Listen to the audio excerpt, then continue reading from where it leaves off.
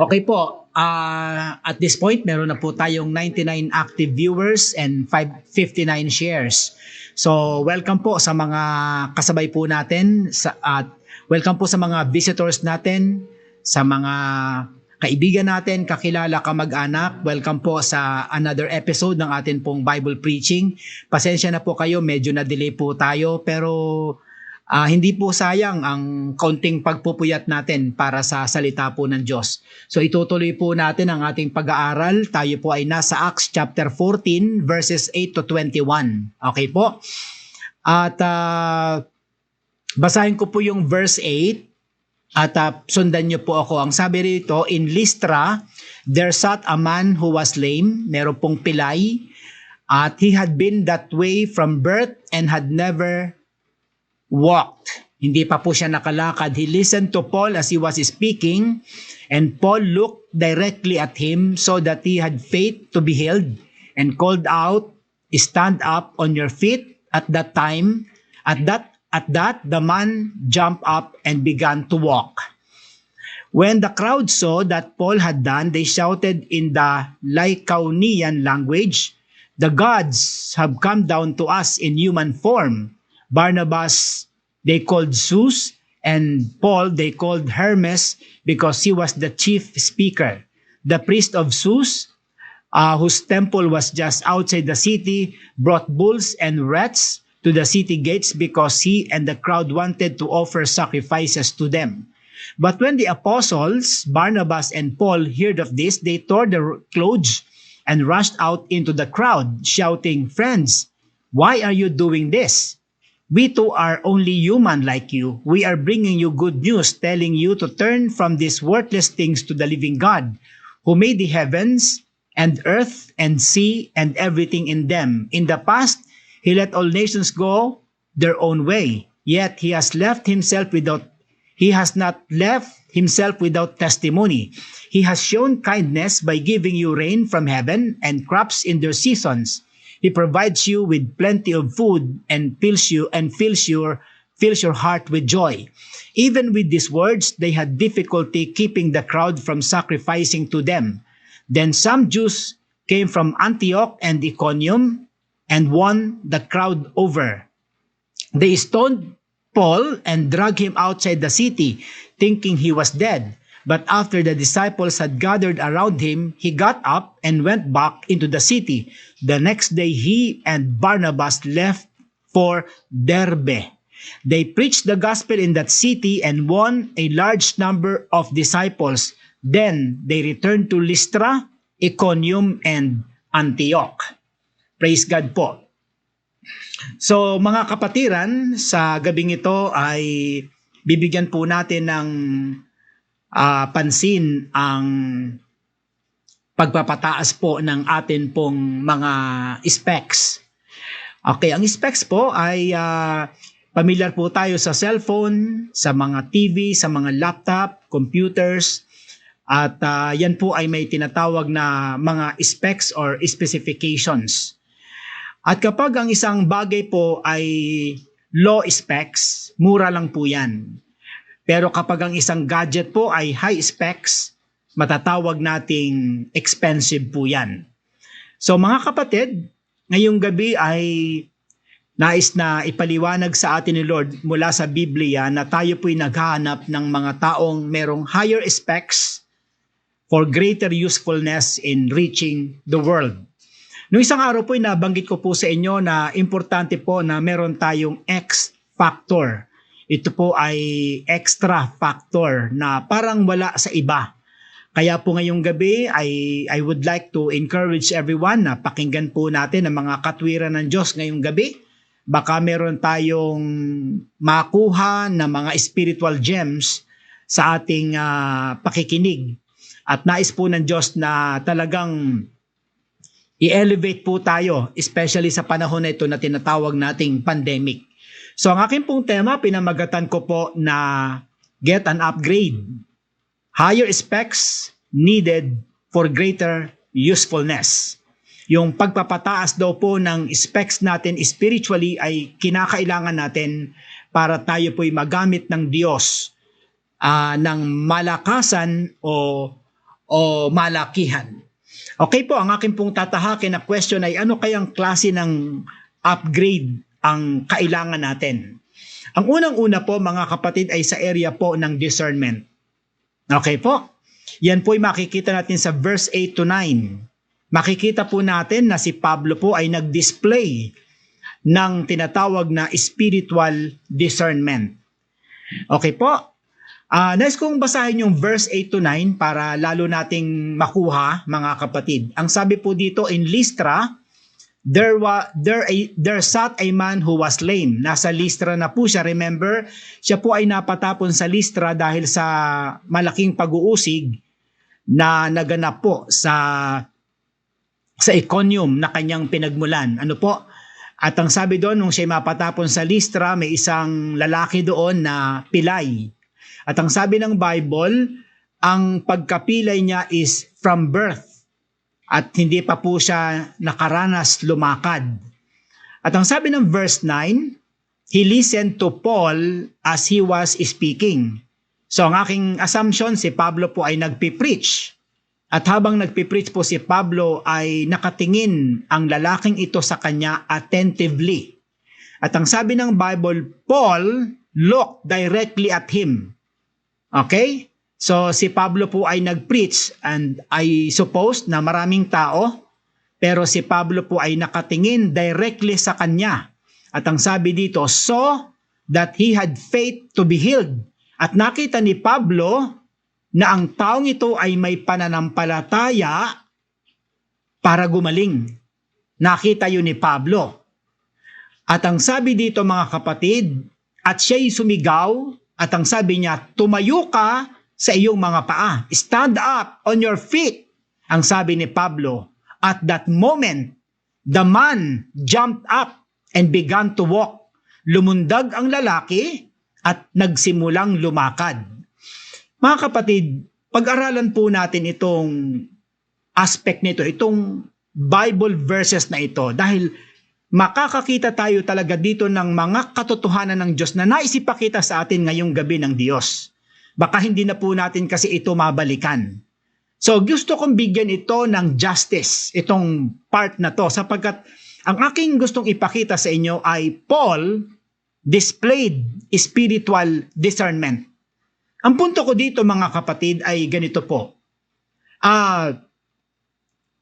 Marami na itong lalaki na ito mga kapatid, ang aking pong suspetsa ay marami na siyang napakinggan na preachers, pero mga kapatid, yung mga preacher na napakinggan niya ay hindi naging katulad ni Pablo. Si Pablo po siguro yung ibang preacher nakita siya na siya may sakit. Siya po'y pilay. Nagpipreach. Siguro pinagpipray siya. Pero hindi siya gumagaling. At tinitingnan siyang may sakit. Pero si Pablo, iba ang nakita ni Pablo sa kanya. Ito yung tinatawag kong discernment. Paul looked at him directly, so that he had faith na meron siyang pananampalataya na makapagpapagaling. Kaya ang sabi ni Pablo sa kanya, tumayo ka sa iyong mga paa. At mapapansin niyo mga kapatid, talagang ang taong ito'y may pananampalataya, hindi po siya basta tumayo. Ang sabi ng Biblia, at that moment, the man jumped up, tumalon. Yung tao na ito na hindi nakakalakad, na hindi marunong lumakad mula sa pagkabata, ay hindi basta tumayo. Ang sabi lang ni Pablo sa kanya, tumayo ka, stand up. Pero ang sabi ng Biblia, the man jumped up and began to walk. So mga kapatid, sa ating Panginoon, dalawang bagay ang nakikita ko dito. Si Pablo po ay may nakita sa kanya that other preachers did not see. Katunayan mga kapatid, hindi sinabing nakita yun ni Barnabas. Si Pablo lang ang nakakita ng extra factor na nandun sa lalaking pilay mula sa pagsilang. At ano ang nakita ni Pablo sa kanya? Hindi ang kanyang pagkapilay. Ang nakita ni Pablo sa kanya ay ang kanyang pananampalatayang makapagpapagaling. Kaya walang seremonya. Bigla siyang sumigaw si Pablo at sinabi, tumayo ka. At ang lalaki hindi basta tumayo. Lumundag ang sabi ng Biblia at he began to walk. Dalawang spiritual gems ang ating makikita dito. Yung kanyang spiritual discernment ni Pablo at ang pananampalataya na makapagpapagaling na meron ang lalaking ito. So mga kapatid, sana po ngayong gabi, tayo po'y mag-aspire ng tinatawag na upgrade. Mga kapatid, kinakailangan nating mag-upgrade. Baka marami lang tayong alam sa Bible, pero wala tayong spiritual discernment.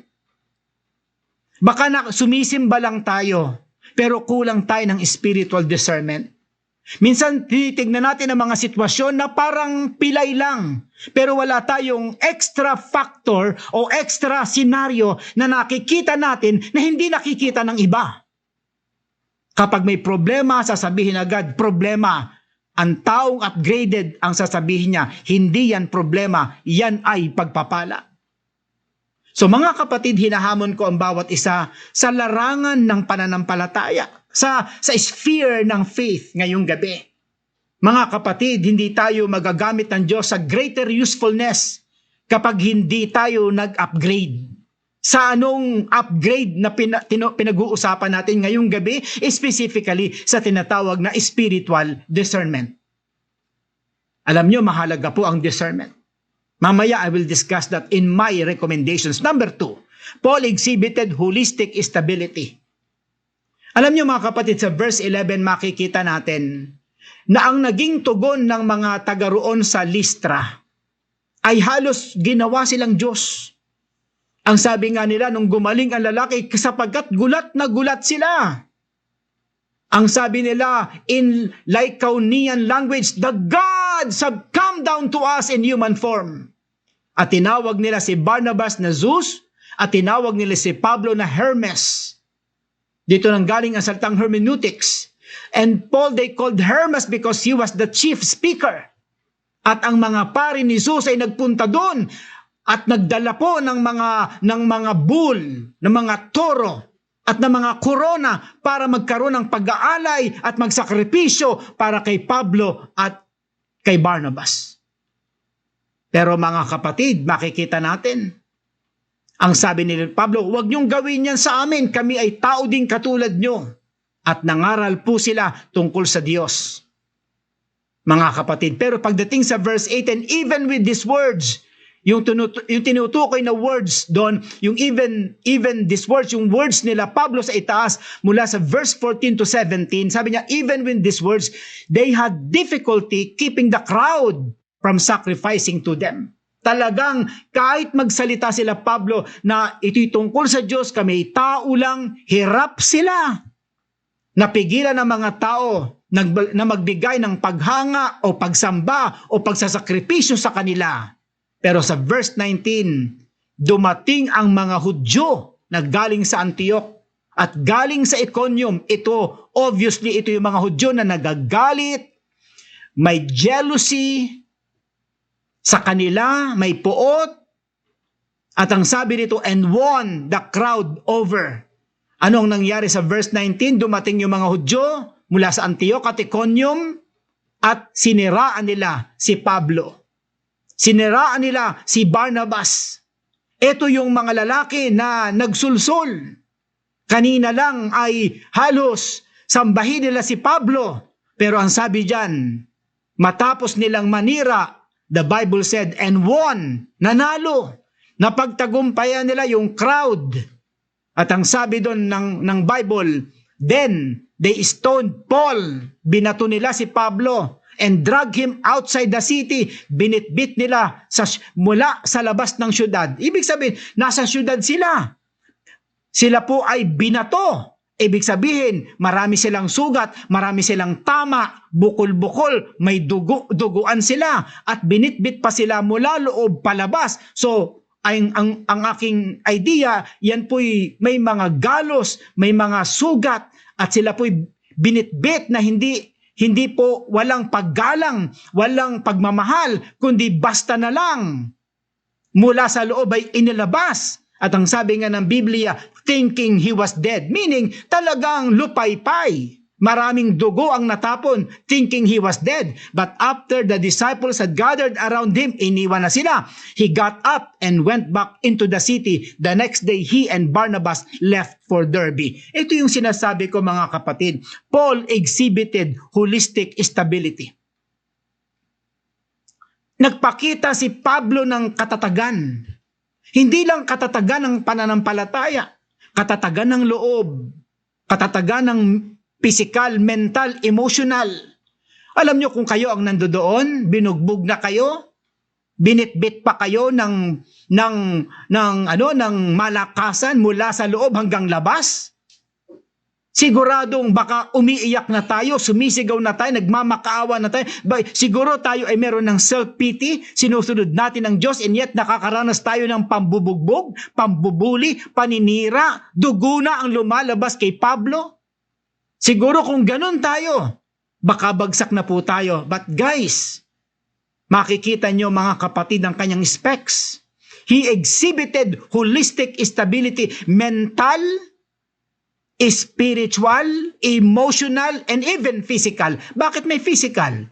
Tingnan nyo mga kapatid, sa verse 20. Duguan na po siya sa verse 19. Ang sabi nga ng Bible ay halos patay na. But after the disciples had gathered around him, pinag-ikutan siya ng mga disciples, he got up, tumayo. At ang sinabi pa rito, at bumalik pa uli siya sa syudad ng Listra. Nandun ang kanyang mga kaway. Hindi siya nabuli, hindi siya natakot, buo ang kanyang loob, hindi siya dinaga, mamatay kung mamamatay, siguro ganun ang kanyang katwiran. At ang sabi ng Biblia, doon pa siya natulog. In fact, the Bible said, the next day, siguro, mga kapatid, siyempre may sugat pa yan, sariwa pa ang sugat. The next day, he and Barnabas left for Derbe. Okay? Please pakita natin yung mapa. Okay.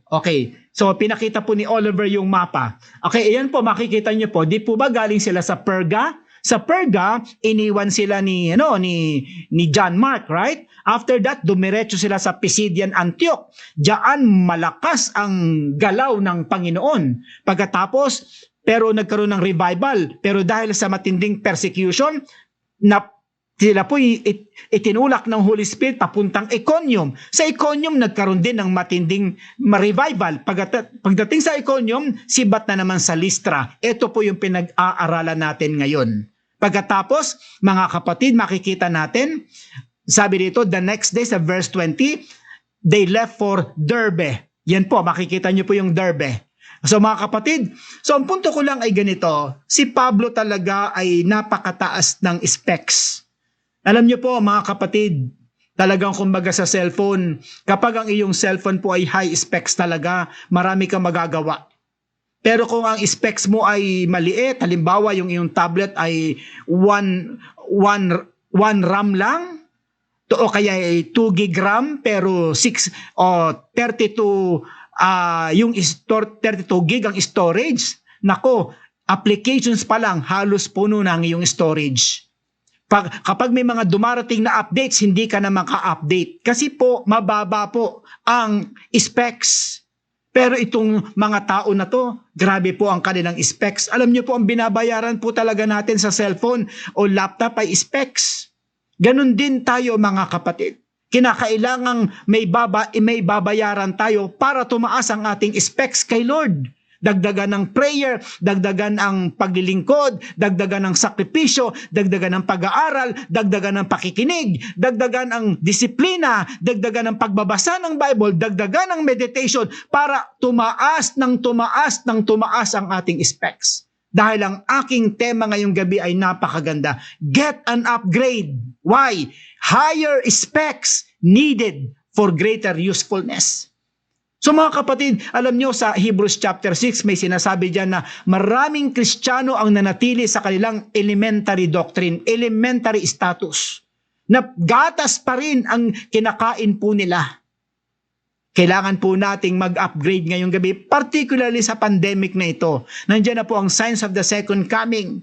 Grabe na po ang ginagawa ng dyablo sa ating paligid. Kung tayo po'y matitisurin, tumayo na po tayo.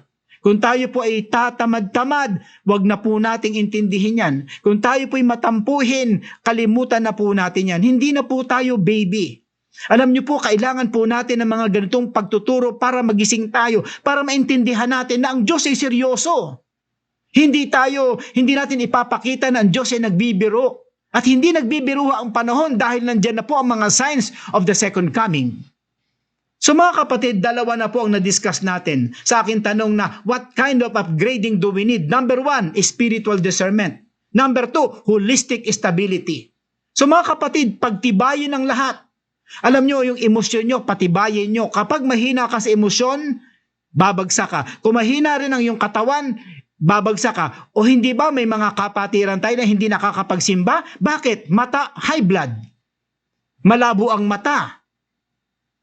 So mga kapatid, wag nating i-menos po yan. Tinitingnan ko lagi ang paglilingkod kay Kristo in a holistic way.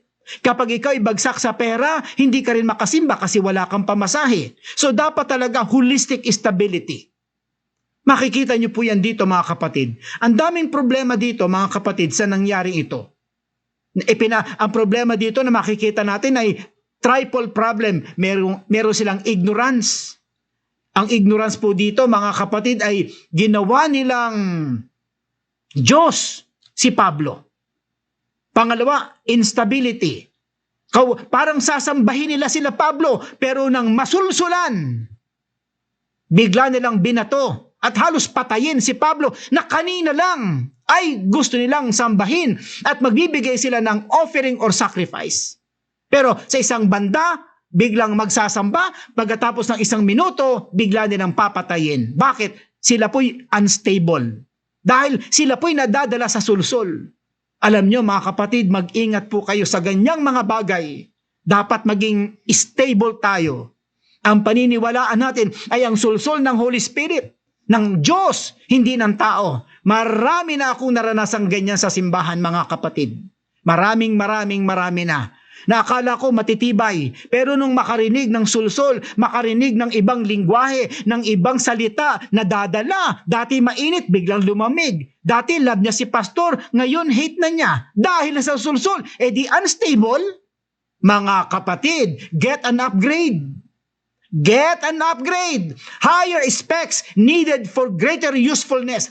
Kaya may mga taong hindi magamit-gamit dahil may kasalanan. Dahil unstable. Hindi siya consistent. So mga kapatid, tonight, this is my prayer for tonight. Get an upgrade. Balik tayo kay Lord. Lord, magpaayos ka kay Lord. Kung may problema ka sa mental, social, emotional, financial, relational, lahat ng yan ay dapat nating ayusin. Get an upgrade. Marami tayong dapat talagang ayusin for greater usefulness. Dahil gusto nating magamit tayo ni Lord. Ano man ang mga pinsala na gagawin ng dyablo sa atin sa iba't ibang aspects ng ating pagkatao, pwede kang mapatigil, pwede kang mapahinto, pwede kang matraffic o pwede kang umatras, pwede kang mag-deviate, pwede kang tumigil. Pero kung lahat ng ito'y tinitignan mo in a holistic perspective at ma-stabilize mo, magagamit ka ni Jesus Christ. Saan? For greater usefulness. The last, mga kapatid, Paul and Barnabas manifested gospel productivity. Ang sabi ng 21, mga kapatid, they preached the gospel in that city. Lumipat sila sa Derbe. At ang sabi ng Biblia, they preached the gospel in that city and won a large number of disciples. Then they returned to Lystra, Iconium, and Antioch. Pag-aralan yung matindi po yun. Tingnan niyo po, isa-isahin natin.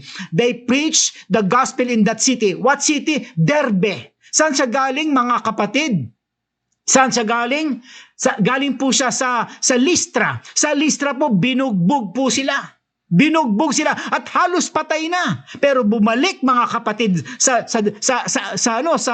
siyudad ng Lystra na parang walang nangyari. Doon natulog magdamag, nananakit ang mga taydyang, siguro nilalanggas ang ulo dahil sa tama ng malalaking tipak na bato. Kinabukasan, the Bible said, pumunta mga kapatid sa Derbe at walang sinayang na oras. They preached the gospel in that city. And you know what the Bible said? And you know what the Holy Sacred Scripture said? The Bible said they won a large number of disciples. Mga kapatiran, ngayong gabi, we need an upgrade. Sina-challenge tayo ni Lord ngayong gabi. Ngayong gabi, medyo naantala tayo ng 1 oras. Ayaw na ba nating makinig dahil sa 1 oras? Di ba minsan may mga ina-attendan tayo ng mga party na i-extend? May mga movies tayo na pinapanood ng 3 oras, inaabot ng 2:00 ng madaling araw, pero we continued watching it. Lalo na kay Jesus Christ. Ngayong gabi, mga kapatid, tinitesting ng tayo ni Lord kung willing tayo sa upgrade. Hindi pa pwede, mga kapatid, na puro comfort zone ang pag-aaralan po natin. Ang gusto po natin, kinakailangan maintindihan po natin na si Lord ay nagre-require sa atin ng time. So 3 na po itong upgrade na pinag-usapan natin. Spiritual discernment, verses 8 to 9. Holistic stability, verses 11 to 20. And gospel productivity, verse 21. Makikita nyo, mga kapatid, they preached the gospel in that city, and the Bible said, and won a large number of disciples. Question, kung hindi sila pumunta sa Derbe, mawiwin ba yung large number of disciples? Large number of disciples? Well, the answer is clear, no. Kasi walang gagamitin. So mga kapatid, mukhang lalo silang kinalugdan ng Diyos. Siguro ini-imagine ko, they preach in Derbe, may mga ano pa sila, sugat pa. At baka may mga benda sa kamay, sa kamay, sa paa, sa tagiliran, sa ulo. May benda pa si Pablo at si Barnabas.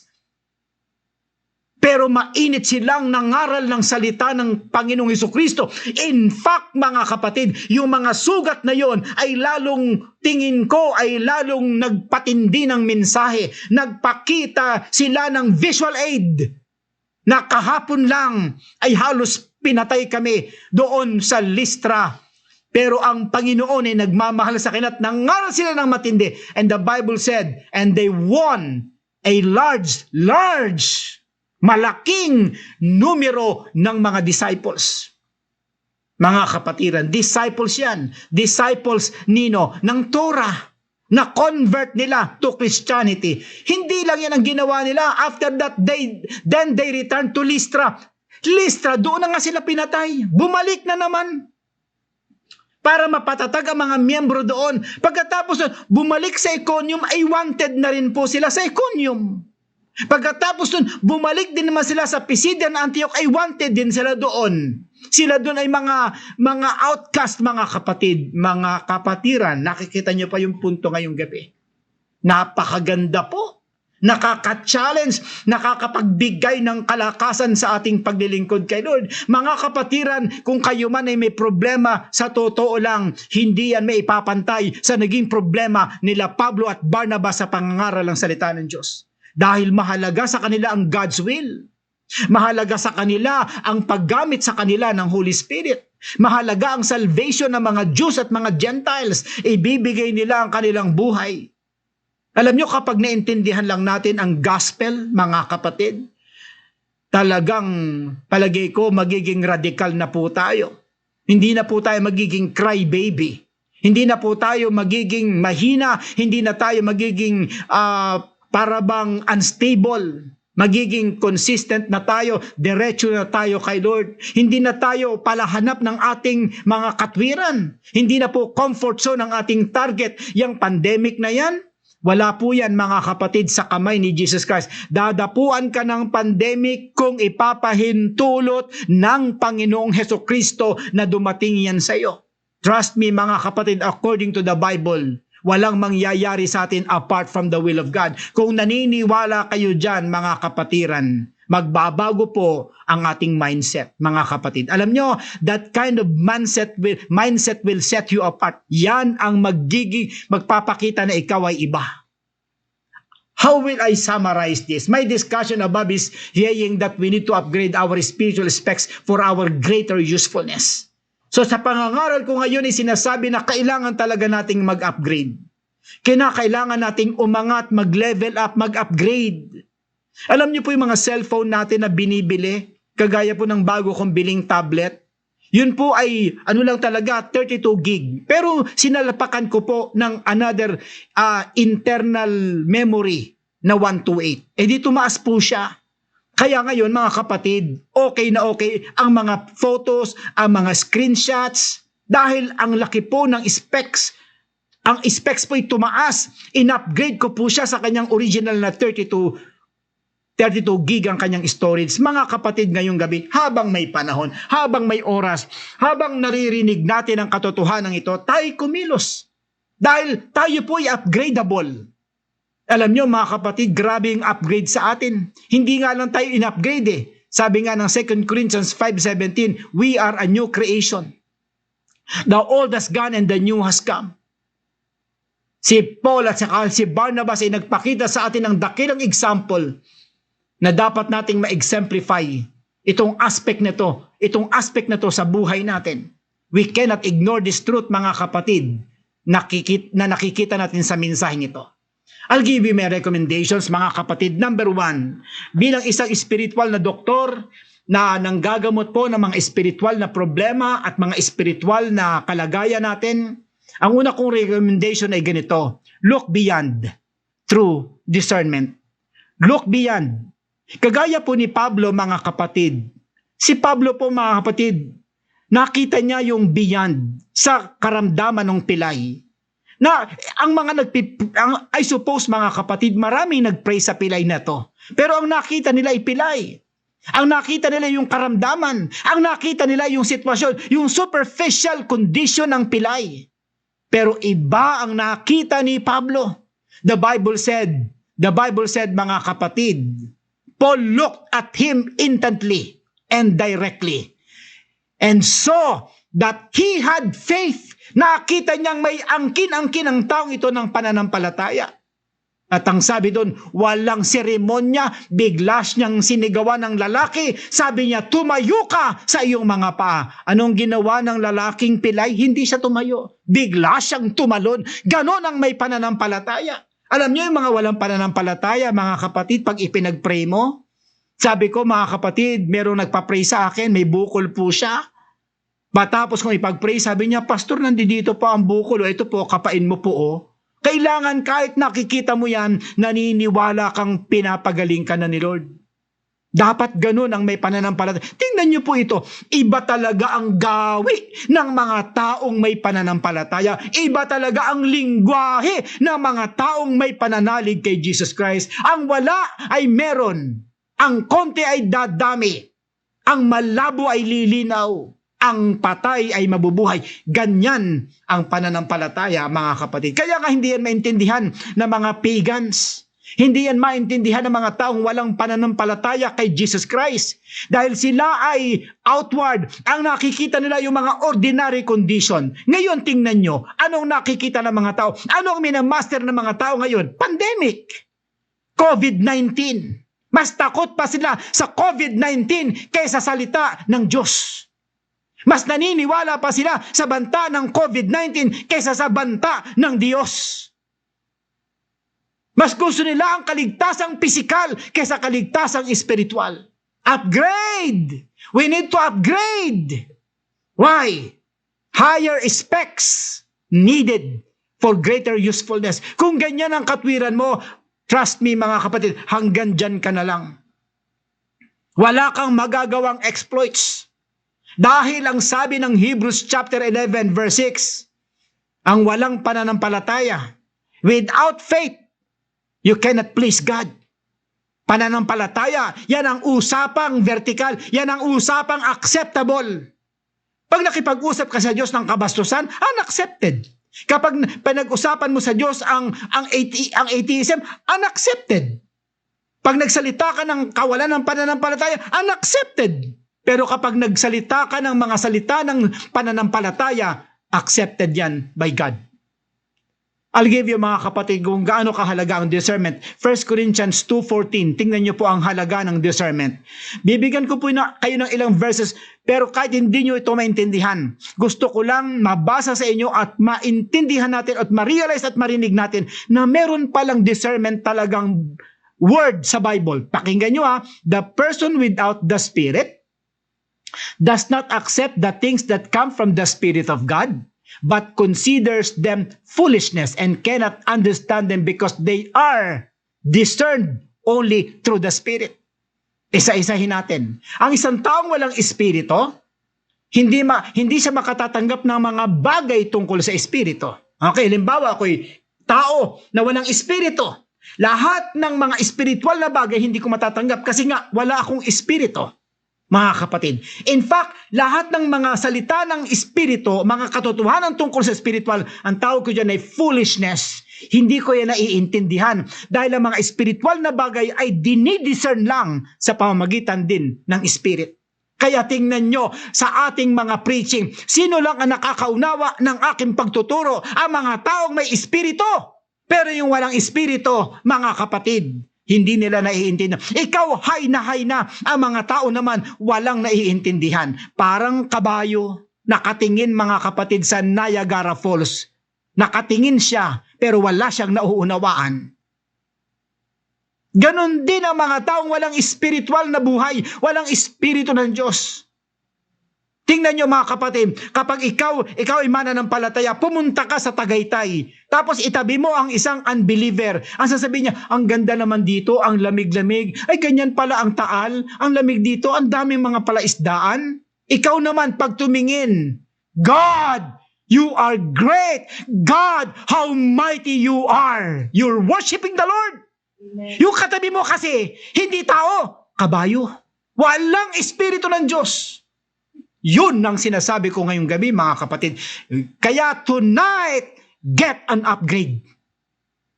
Maging spiritual ka. Hanggat hindi ka pumapatong doon sa tinuturo ko ngayong gabi, mananatili kang 32-10. Mananatili ka sa iyong level at hindi ka makakasabay sa spiritual na karera. Dahil maiiwan ka ng mga espiritual na mga tao. Kaya nga sabi ng Biblia, may mga taong nauuna nahuhuli. Marami sa simbahan, 10 taon na, maramdamin pa rin. 10 taon na, hindi nabasa ang Bible from Genesis to Revelation. 10 taon na yun. Mga kapatiran, balikan po natin itong katotohanan ito na iginigiit ngayon ng Holy Spirit sa ating mga puso't buhay. Mahalaga po ang turo na ito. Baka ito na yung turo na hinihintay mo. Baka ito na yung turo na hinahanap mo. 1 Corinthians 11:29, for those who eat and drink without discerning the body of Christ, eat and drink judgment on themselves. Ando na naman ang discernment. Philippians 1:10, and this is my prayer, that your love may abound more and more in knowledge and depth of insight, so that you may be able to discern. Ando na naman yung discernment. So mga kapatid, ibang usapan ito. Hindi lang ito simpleng pagbabasa ng Bible. I don't say na hindi mahalaga ang pagbabasa ng Bible. Pero basahin mo ang Bible. Pero you need to discern things. Discern scenario. Discern your life. Discern people. Because that is one of the upgrades that you need tonight. Baka may kaibigan ka na ikaw ay niloloko na lang. Baka may mga pinakikinggan kang false prophet. Baka may mga sulsul dyan sa'yo na hindi mo na-distinguish na sila'y padala na ng diablo because they said they are Christians. You need the spiritual discernment. Look at Paul. Iba ang training ng mata ni Paul. Even Barnabas did that. Even Barnabas sabi, hindi ko nakita ron na sinabi ng hindi ko nakita ron na nakita ni Barnabas ang nakita ni Pablo. Kaya talagang nag-accelerate si Pablo. Mga kapatiran sa simbahan natin, sana magkaroon tayo ng mga men and women na mataas ang discernment. Next, check within through massive testings. Nung una, look beyond. Tingnan mo yung higit pa sa iyong nakikita. Next, check within through massive testings. I-check mo yung iyong kalooban. Kapag dumadaan ka sa iba't ibang mga testings, kagaya ng nangyari kay Pablo, grabe, binuntal. Grabe, halos mapatay dahil binato. Pero tumigil ba sila? Bumalik pa sila sa syudad. Doon pa natulog ng magdamag. Kinabukasan pumunta ng Derbe. Walang kaabog-abog ng aral ng Word of God at pinagpala sila ng Diyos. They won what? A large number of disciples. Grabe. Tapos bumalik na naman sa Listra, wanted na sila doon. Bumalik ng Iconium, naghahanap ng kamatayan to mga to. Pumunta ng Antioch, naghahanap itong mga taong ito ng buntal. Pero nagbago ba sila ng commitment kay Lord? Guys, bakit kaya sa panahon natin, ibang-iba talaga ang Christianity? Praise God sa pandemic na ito. Dahil itong pandemic na to, dito natin makikilala kung sino talaga tayo at ano ang meron tayo kay Kristo. Mga kapatiran, pag-aralan po natin to. What are my recommendations? Look beyond through discernment. Check within through massive testings. The last but not the least, see without or outside through the eyes of Jesus. Tumingin tayo sa labas. See without, see outside. Wag lamang yung loob. Wag lamang yung beyond sa physical na nangyayari, but see without, tumingin tayo sa labas. At tingnan natin ang tao sa mata ni Jesus Christ. Matthew 9:36-39, when he saw the crowds referring to Jesus, nakita niya yung crowd, he had compassion on them. Alam nyo, ito lagi ang nagtutulak sa akin. Itong compassion na ito, people are weak, people are sad, people are sick, people are down. And we need to preach the gospel.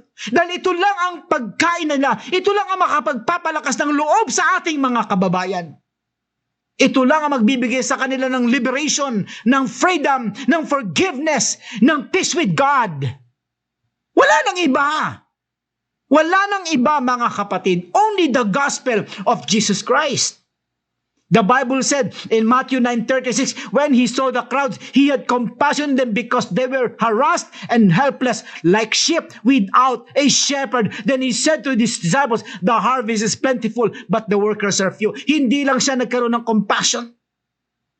Nagturo pa siya ng prayer. Sana, mga kapatid, ito ang ating makita. Every time na tayo po'y nasa kalye, nakasakay sa tricycle, nakasakay sa LRT, nakasakay sa Grab, nakatingin tayo sa mga tao sa Makati, nakatingin tayo sa tao sa Pasig, lagi sana natin silang tignan sa mata ng ating Panginoong Hesukristo. Because you are the representative of Jesus Christ. Nakikita mo ang kanilang kaluluwa. Nakikita mo silang ligaw, nakikita mo silang bagsak, nakikita mo silang suicidal, nakikita mo silang down mentally, spiritually, emotionally, and they need to be revived by the power of the gospel. At hindi ka titigil hanggang hindi mo sila naaakay sa liwanag ng Panginoong Hesukristo. Because Jesus is the only hope, nobody else. So ngayong gabi, mga kapatid, get an upgrade. You need it. Kailangan natin City Bible Church sa iba't ibang panig ng Pilipinas at mga City Bible Church, mga takers of the city na nakatira sa iba't ibang bansa. Get an upgrade.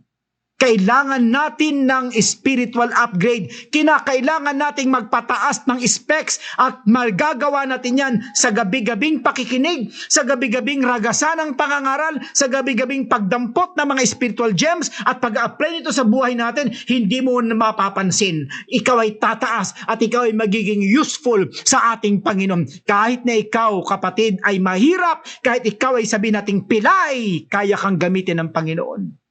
Kahit na ikaw ay PWD, hanggat ang isip mo ay malaya, hanggang malinis ang iyong buhay at hindi ka nagkakasala kay Jesus Christ, hanggang malaya ang iyong espiritu at pinatawad ka ng Panginoon, ikaw, kapatid, ay gagamitin ng Panginoong Hesukristo. Left and right. Salamat sa ating Panginoon, mga kapatid. Sana po'y nabigyan na naman tayo ng challenge ngayong gabi. Sana, mga kapatid, ay hindi na sayang ating paghihintay. Nabalam tayo ng isang oras. Walang problema. The Bible said, time is God's property. At yung oras niyang ginamit natin para sa Kanya. Hindi po nasayang ang mga senaryo sa gabing ito. Ang dami kong challenges sa araw na ito.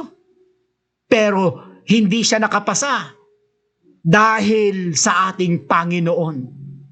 In fact, naging tungtungan pa natin siya para lalo tayong magpagamit sa ating Panginoon. Ngayong gabi, kahit isang kaluluwa lang para kay Kristo ang mapagtagumpayan ng preaching na ito, masayang-masaya na po ako.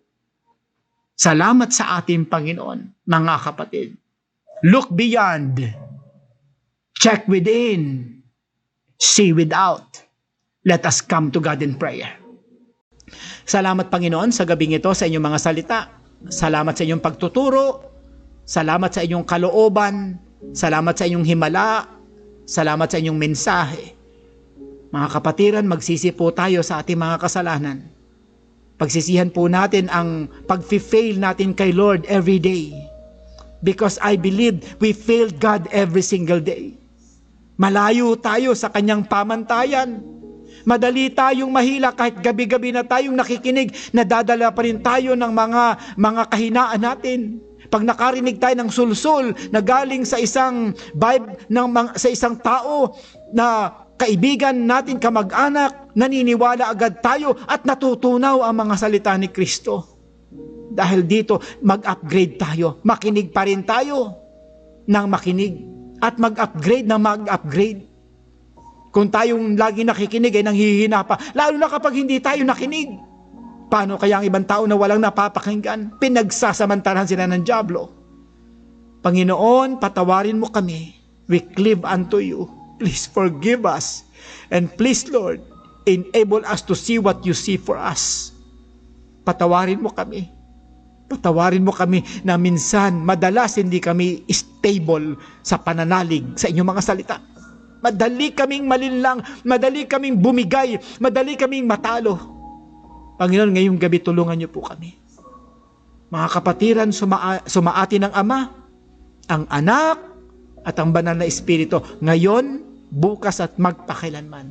In Jesus' name we pray. Amen and amen. Praise the Lord. Praise God po, mga kapatid. Meron po tayong 100 shares ngayong gabi. Okay lang po yan. Bumaba man tayo ng konti. Fine. Ang mahalaga kay Lord, consistency. Meron tayong 135 active viewers. Hindi po yan sayang. Ang prayer ko nga lang ay one soul for Jesus every single night. Kaya praise God, mga kapatid. So hanggang dito na lang po si Pastor Jim. Bago po tayo maghiwa-hiwalay, mga kapatid, nais ko lang pong i-promote ang isang nalalapit na ministry ng City Bible Church na pinamagatan po nating Stretch Ministry. Ang ministry pong ito ay naglalayon na magkaroon ng Sunday School ang mga bata online. Yan po ay sa November 21 sa City Bible Church under the Ministry of City Bible Church, mga kapatid. So, City Bible Church pastors, please prepare your kids. Magkakaroon tayo ng parang Sunday School, pero online, para po sa mga bata ng CBC nationwide. Ipag-pray nyo po ang tagumpay nito. So, yan po, mga kapatid. Another important announcement, kung may mga bago tayo, first-timers, I would like to invite you na mag-enroll sa atin pong online Bible study. Kung ikay bago, kailangan mong maturuan ng mga basic teachings para lumalim ka kay Kristo. Ikaw na po ang kumilos, ikaw na po ang mag-enroll, ikaw na po ang mag-initiate para yan sa iyong kabutihan. I-click nyo po yung description o kaya ay gamitin nyo po yung QR code na nandiyan dyan at kayo ibabato sa ating online enrollment form at kayo po ay makakapag-enroll. Yan po'y walang kabayad-bayad. Libreng-libre po yan. Yan po, mga kapatid. At patuloy ko pong ina-announce na ang atin pong gabi-gabing preaching ay kinabukasan ay napupunta po sa YouTube. At kaninang umaga ay uploaded na po ang aking tema last night. Pinamagatan ko po na The Gospel on the Winning Side. Be wise and take sides. At mga kapatid, patuloy kayong mag-recruit ng mga taong non-Christians pero may YouTube,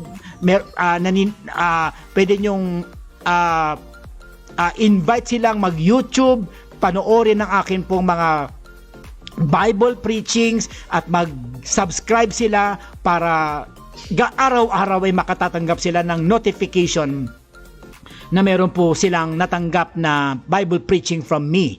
Yan po ay ministry po natin.